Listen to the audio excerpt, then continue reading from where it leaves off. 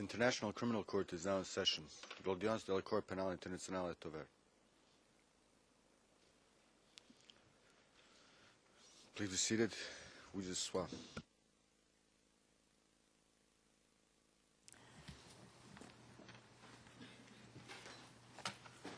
Bonjour. L'audience est ouverte. Mais, Madame la greffière, s'il vous plaît, appelez l'affaire. Thank you, Madame President. Merci, Madame le Président. Situation en République de Côte d'Ivoire en l'affaire Le procureur contre Laurent Gbagbo, ICC 02 11 01 11. Je vous remercie. Nous allons continuer avec la présentation de la défense. Maître Altit, vous avez la parole, s'il vous plaît. Merci, Madame le Président. Maître Fovo-Ivanovic continue aujourd'hui sa présentation.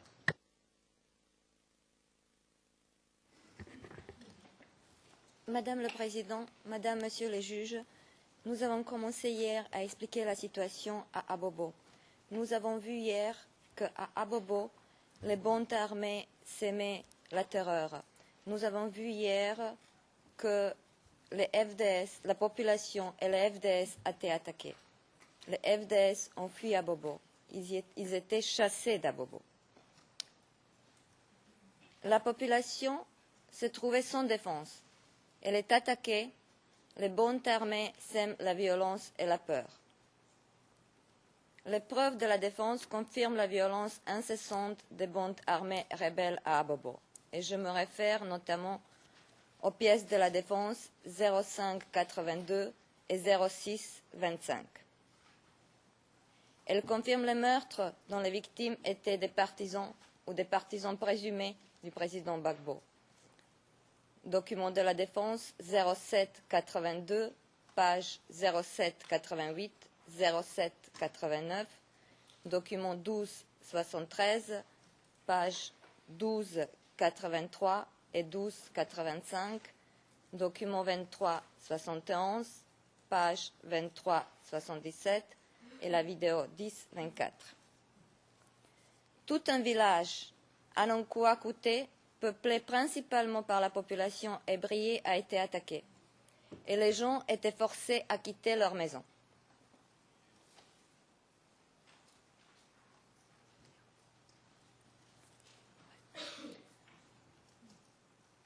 Vous allez voir les images à une vidéo. Il s'agit de la vidéo 0561.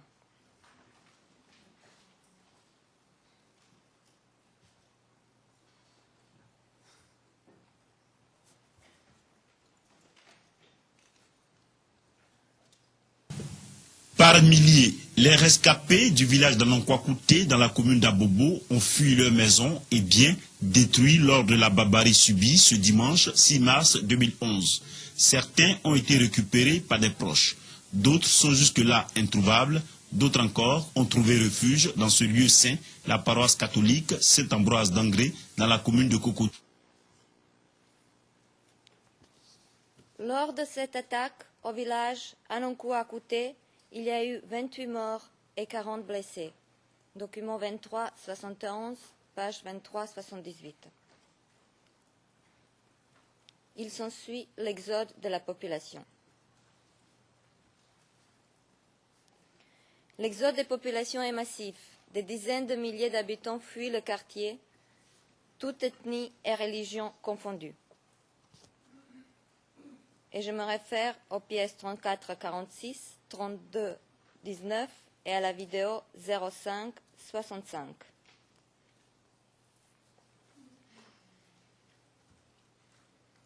Au début de l'année 2011, Abobo est sous le contrôle des bandes armées.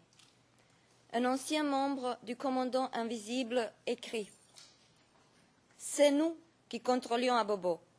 Et rien ne pouvait se passer ou produire dans cette commune tant que nous ne sommes pas informés. » Quant au témoin P44, le témoin du procureur, il dit « Il y avait des attaques et des meurtres contre tous ceux qui n'étaient pas RDR, tous ceux qui n'étaient pas de leur côté avait quitté contraint et forcé Abobo. À Abobo, les policiers et les gendarmes étaient tués. Les FDS se trouvaient à Abobo pour faire leur devoir, sécuriser Abobo, maintenir l'ordre public, non pas pour attaquer la population. C'était eux qui ont été attaqués. Ce sont les mots du témoin du procureur P44, pièce 3704, page 37-15.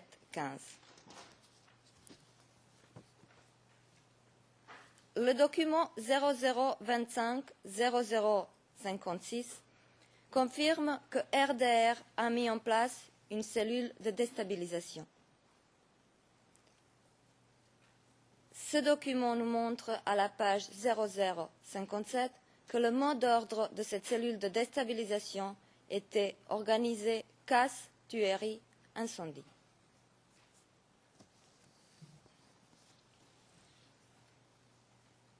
C'est dans ce contexte qu'il y a eu lieu l'incident du 3 mars 2011. Dans le paragraphe 54 du DCC, le procureur décrit une marche pacifique des femmes. Bien entendu, on n'a obtenu aucun élément sur l'origine de cette marche. Or, cette manifestation des femmes n'avait rien d'une manifestation spontanée. Elle était organisée à l'hôtel Golf. Pièces 0255, 0256 et 0472. L'ancien membre du commandant invisible affirme: tout a été sous les ordres de Draman. Draman, c'est-à-dire Alassane Draman Ouattara. Pièce 2381, page 2395. La marche n'a jamais été annoncée aux autorités ivoiriennes. Pièce 1396, page 1401. Également P156, 0028, 0219, page 0221. Or, la loi ivoirienne exige que les manifestations de ce type soient annoncées. Les autorités ivoiriennes, et donc les forces de l'ordre et l'armée, n'étaient pas prévenues de l'existence de cette manifestation. P9, 0011, 05 56, 05 65. Le procureur se contente de relater la version des faits largement diffusée par les médias anti-Gbagbo, qui disait que les forces gouvernementales ont tiré sur les femmes en tuant 7 femmes. Mais est-ce la vérité? Un article rappelle que les hommes d'Alassane Ouattara n'hésitaient pas, quand ils étaient en difficulté, à faire des actes abominables pour en faire porter la responsabilité à Laurent Gbagbo, et met en garde contre la précipitation et les accusations faciles. Document 0264. La vidéo qui montre l'événement laisse aussi quelques doutes sur la réalité de l'événement. Comment expliquer cette scène, dont déjà le procureur nous a parlé, où une femme qui aurait été touchée mortellement se relève soudainement avant qu'une main la repousse pour qu'elle se recouche? Il s'agit de la vidéo 0003 0716.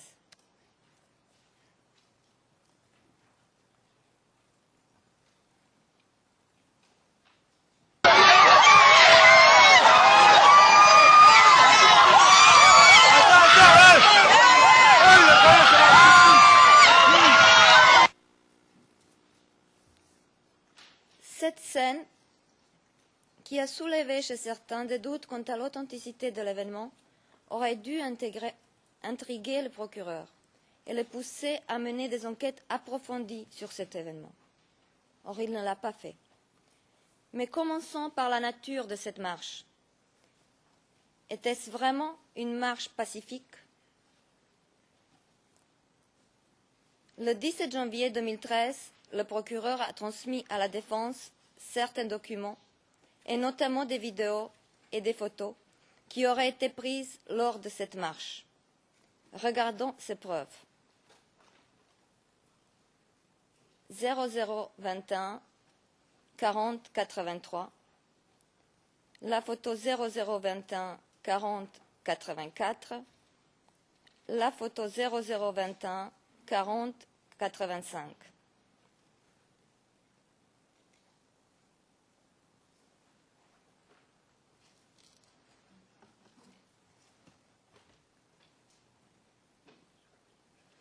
Et la vidéo 0021 40 87.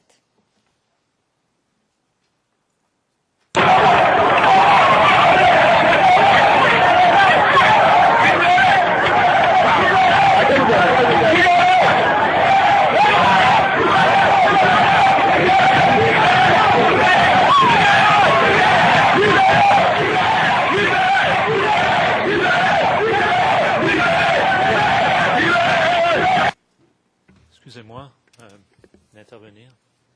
Je ne sais pas si la défense a l'intention aussi de montrer le screenshot de YouTube qui vient avec la vidéo que nous avons divulguée et qui indique que cette vidéo aurait été filmée le 24 février 2010 pour qu'on ait peut-être, pour ne pas induire la Chambre en erreur, tel que lorsque ma collègue hier a fait référence aux vidéos Kenya, que c'est nous-mêmes qui avions divulgué l'information comme quoi que les scènes venaient du Kenya, parce qu'on pourra éviter de revenir sur ces choses-là dans nos closing arguments, parce que telle est la réalité.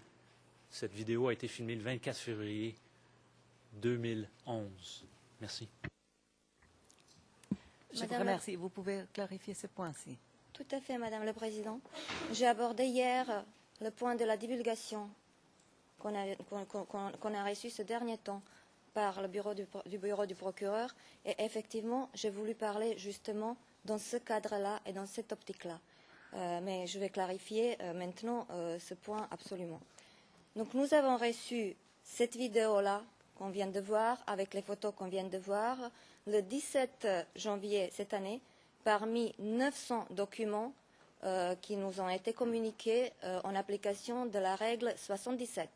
Donc pas comme un élément à décharge, selon l'application de la règle 77, avec un courriel qui indique que cette marche-là, que ces photos-là et ces images-là étaient filmées lors de la marche du 3 mars 2011.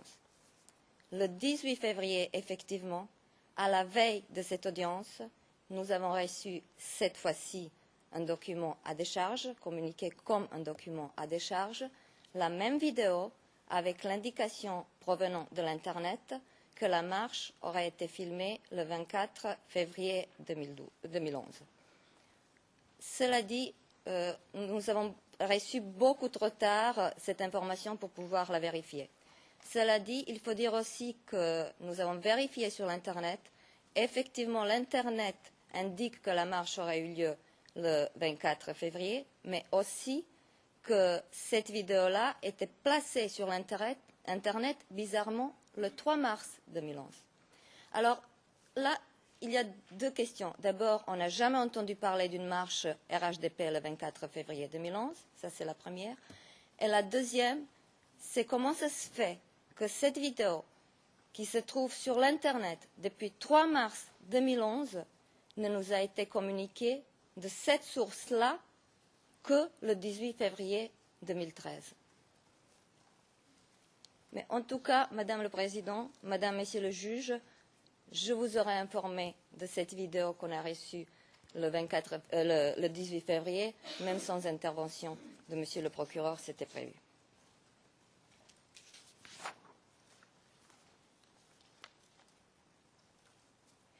Et la dernière chose, donc maintenant, on a l'information que ces images auraient pu être filmées le 3 mars 2011 ou le 24 février 2011. Ce n'est quand même pas à la défense de vérifier. Nous, on l'aurait fait si on avait eu le temps, mais ce n'est pas à nous de vérifier. C'est quand même au procureur de vérifier.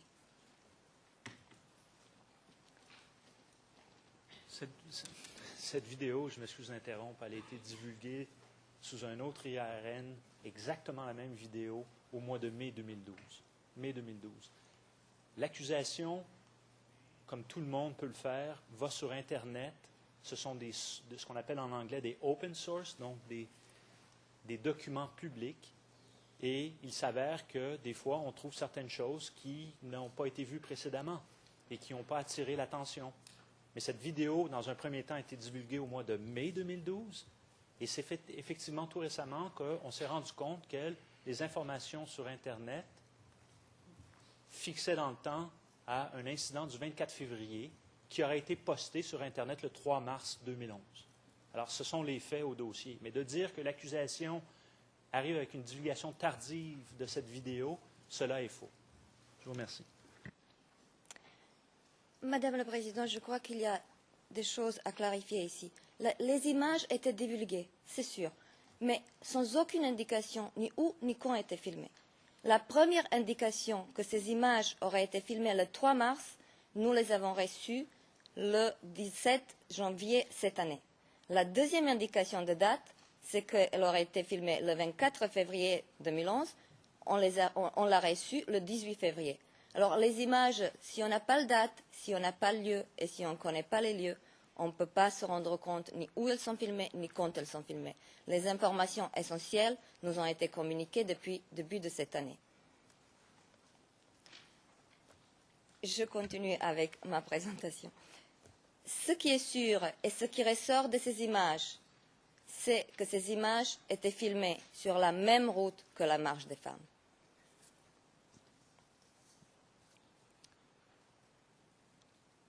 Selon les allégations du procureur, des forces pro-Gbagbo sont arrivées à bord de véhicules blindés, dont un char aux couleurs de l'armée, et ont ouvert le feu sur la foule. Le procureur n'a jamais identifié l'unité à laquelle ces véhicules, et notamment le char, auraient appartenu. Il nous a juste cité toutes les unités stationnées au Concommando, en nous informant que ces unités possédaient des véhicules blindés et les armes. Cela ne nous renseigne en rien sur l'identité de l'unité qui aurait participé à cet incident.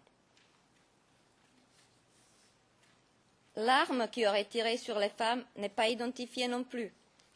Dans le paragraphe 53 du DCC, le procureur fait référence à une mitrailleuse lourde, à une fusillade. Lors de l'audience du 21 février, compte rendu du 21 février, page 34, le procureur a déclaré que certaines des femmes ont été tuées par des armes lourdes, d'autres tuées ou blessées par balle. C'est bien trop imprécis pour un procès pénal. Les récits des témoins du procureur sont d'ailleurs assez troublants. Ainsi, le témoin P184, après avoir raconté que les forces d'ordre, lorsqu'elles sortaient du Concommando, tiraient n'importe où, 0032 0011, page 0023, paragraphe 73, déclare que les femmes ont commencé à applaudir lorsqu'elles ont vu le char. Page 0026, paragraphe 88. Le témoin P112 racontait que les gens avaient peur de passer devant le Concommando. 0019 03 06, page 320. Paragraphe 69. En déclarant ensuite que lors de la marche des femmes, les gens ont commencé à applaudir lorsqu'ils ont vu le char. Page 0320, paragraphe 71. Et le témoin P117 disait que le militaire tirait chaque fois lorsqu'ils sortaient du Concommando ou lorsqu'ils allaient se ravitailler. 0020, 0033, page 57, paragraphe 175. Mais déclarait toutefois que lors de la marche des femmes, les femmes ont applaudi lorsqu'elles ont vu le char, en disant « Voilà les militaires qui vont nous protéger ». Page 0055, paragraphe 159. Il est difficilement compréhensible comment se fait-il que les femmes applaudissaient les forces d'ordre, puisque ces forces seraient la cause de leur marche, et puisque ces forces auraient déjà auparavant tiré sur la population. Il me semble qu'il y a une contradiction flagrante dans ces récits. Par ailleurs, à l'époque de la marche, le 3 mars 2011, la route empruntée par les femmes est devenue trop dangereuse pour les FDS et n'était plus utilisée par les véhicules qui effectuaient leur ravitaillement et qui, depuis plus d'un mois, passaient par un autre chemin. Pièce de la Défense, 2371, page 2376. Alors, nous nous demandons d'où venaient ces véhicules blindés, d'où venaient ces chars et qui était dans ces véhicules et dans ce char. Nous ne connaissons pas la réponse, mais ce seul fait, le fait que nous ne savons pas d'où venaient les véhicules et à qui ils appartenaient, signifie que ces tirs et l'incident du 3 mars 2011, pour autant qu'il ait eu lieu, ne peut être attribué aux forces républicaines fidèles au président Gbagbo.